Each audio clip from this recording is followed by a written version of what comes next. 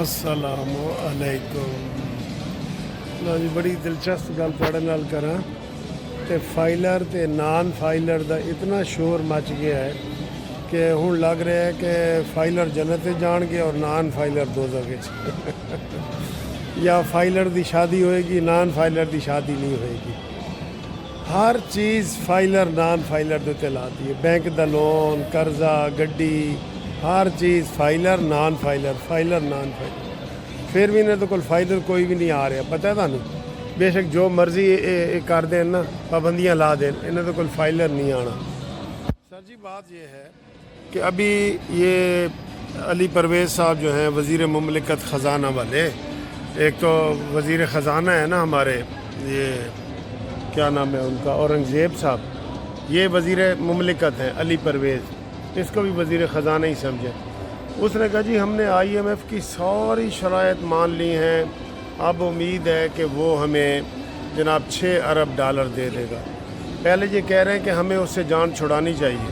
ایک ایک بات پہ ان کو آئی ایم ایف کا جو ہے نا وہ یاد آ جاتا ہے کہ آئی ایم ایف سے قرضہ جو ہے نا کس طریقے سے ہم نے لینا ہے، ہر چیز میں. تو یہ ہمیں سمجھ نہیں آ رہی کہ یہ پاکستان کو کیسے، پھر یہ صرف لولی پاپ ہے کہ ہم جی کوئی قرضہ نہیں لینا چاہتے اور ہم آپ کو جناب وہ اس سے جان چھڑانا چاہتے ہیں جون میں، جولائی میں، اگست میں. یہ سب فراڈ ہے، یقین کریں. اور یہ بالکل میں آج آپ کو حقیقت بتا رہا ہوں کہ جتنا یہ قرضہ آتا ہے نا اس میں عوام کے لیے ایک پیسہ بھی نہیں ہوتا. جب اتنا یہ کہہ رہے ہیں کہ آئی ایم ایف قرضہ دے رہی ہے تو کوئی مہنگائی سستی ہو رہی ہے. پھر یہ کہہ رہے ہیں کہ وہ جناب بہت ہر چیز جناب بڑے ڈالر آ رہے ہیں اور بڑے اماؤنٹ آ رہی ہے 6 ارب سعودیہ سے اور دبئی سے. اور تو عوام کو کیا فرق ہے؟ ان کی اپنی سکیمیں ہی چلتی ہیں اور انہوں نے لوٹ مار کے کھانا ہوتا ہے اور اس کے علاوہ کوئی نہیں ہے اور کچھ بھی نہیں ہے. اس کے علاوہ کچھ بھی نہیں ہے. انہوں نے ہی سارا کچھ کھا پی کے ہضم ڈکار مارنا ہے. تو میں تو کئی دفعہ آپ کو سکیم دے چکا ہوں کہ نواز شریف، عمران خان، زرداری ان کے گھر بیچیں، ان کی پراپرٹیاں بیچیں. جو وزیر اعظم رہے ہیں اتنا بڑا عہدہ ان کے پاس رہا ہے، ڈونیشن ہی سمجھ لیں، اپنی قوم کو اس سے نجات دلائیں اس سے نجات. لیکن نہیں سر جی، یہ لک بزی ڈو نتھنگ والا معاملہ ہے. انہوں نے کچھ بھی نہیں دینا عوام کے لیے، کچھ بھی نہیں ہے. میں آپ کو بتا رہا ہوں عوام کے لیے کچھ بھی نہیں ہے. عوام اب کسی دوسرے ملک بھی نہیں جا سکتے. وہ کہتے ہیں نا کہ وہ کنویں والا مینڈک جڑا ہے نا انہیں کہ جی مینڈک کرنے کے مینوں باہر کڈو ورنہ میں کسی پاسے منہ کر جاؤں گا. تو لوگ ہنستے ہیں بھائی کنویں والے مینڈک نے کدھر جانا ہے، وہ کدھر منہ کر سکتا ہے؟ ہمارا کوئی منہ ہی نہیں کہ جدھر ہم کہیں جی کہ ہم جناب وہ چلے جائیں گے، چائنا چلے جائیں گے، ہم امریکہ چلے جائیں گے، ہم برطانیہ چلے جائیں گے. ہمارے ویزے ہی نہیں لگنے. انہوں نے دیکھ لیں جو انہوں نے ستیہ ناس نہیں سوا ستیہ ناس کر دیا اس بجٹ میں. یہ میں کہتا ہوں کہ یہ مسلم لیگ نون کو اس سے بہتر ہے کہ حکومت چھوڑ دے کہ یار اتنی پابندیوں سے ہم نہیں جیت سکتے. اور انقلابی کوئی حکومت آئے جو آئی ایم ایف کو بھی ٹھینگا دکھائے کہ ایسی کوئی قرضہ ورضہ نہیں دینا، ہم ڈوب گئے ہیں، دیوالیے ہو چکے ہیں. اور دیوالیہ کیا ہوتا ہے؟ بچوں کے دودھ کے اوپر بھی آپ نے 75 روپے کا ٹیکس لگا دیا ہے اور اپنے M N A M P A کو 300% آپ نے جو ہے نا رعایتیں دی ہیں. کتنی؟ 300%. ہاں جی، یہ آپ سن سکتے ہیں، آپ لکھ نہیں سکتے، اتنی زیادہ ان کو رعایتیں دی گئی ہیں.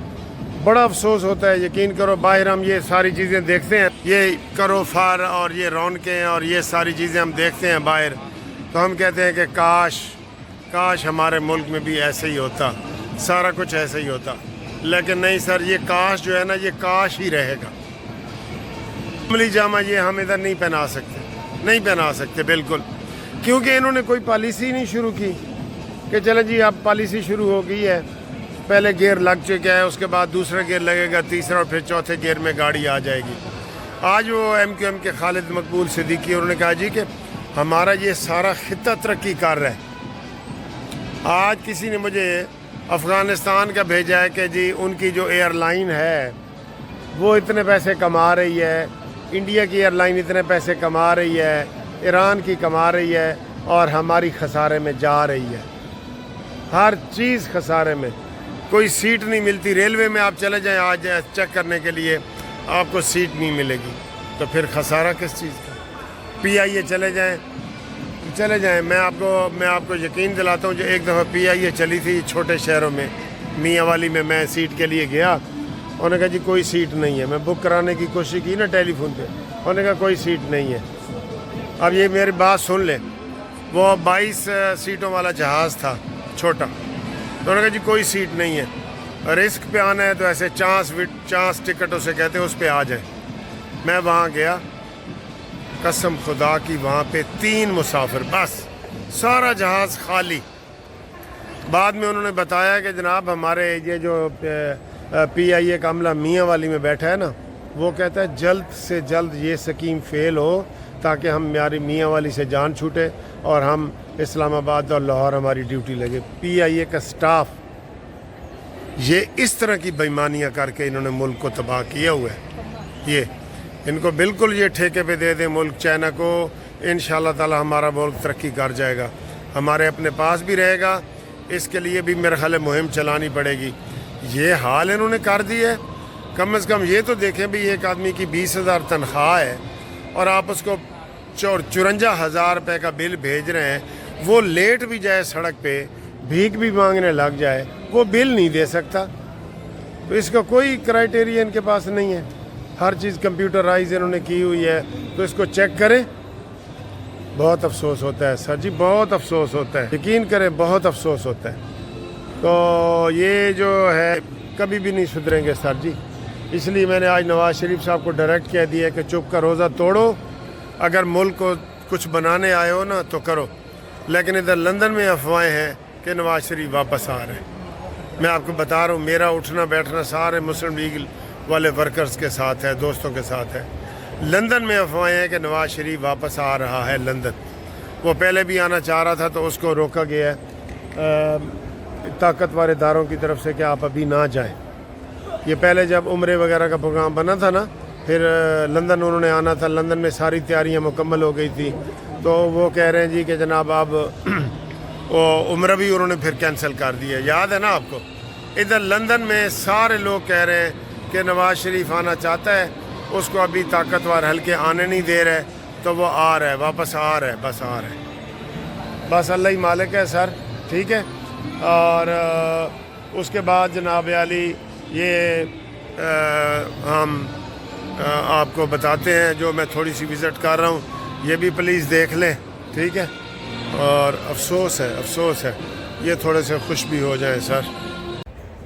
یہ ہے جی LDO لندن ڈیزائنر آؤٹ لیٹ، یہ مارکیٹ ہے، بہت ساری اوپر تک یہ مارکیٹ ہے، جہاں میری رہائش ہے نا اس کے بالکل قریب ہے۔ یہ ہے LDO لندن ڈیزائنر آؤٹ لیٹ، یہ دیکھیں، یہ ادھر بیٹھ جاتے ہیں جی، یہ LDO، ٹھیک ہے۔ کیسا لگا یہ LDO؟ واو، ہیوج بلڈنگز، واہ واہ واہ واہ واہ، everything is nice, everything is nice. LDO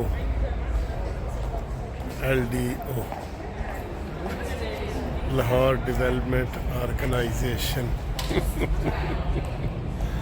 LDO Lahore development organization.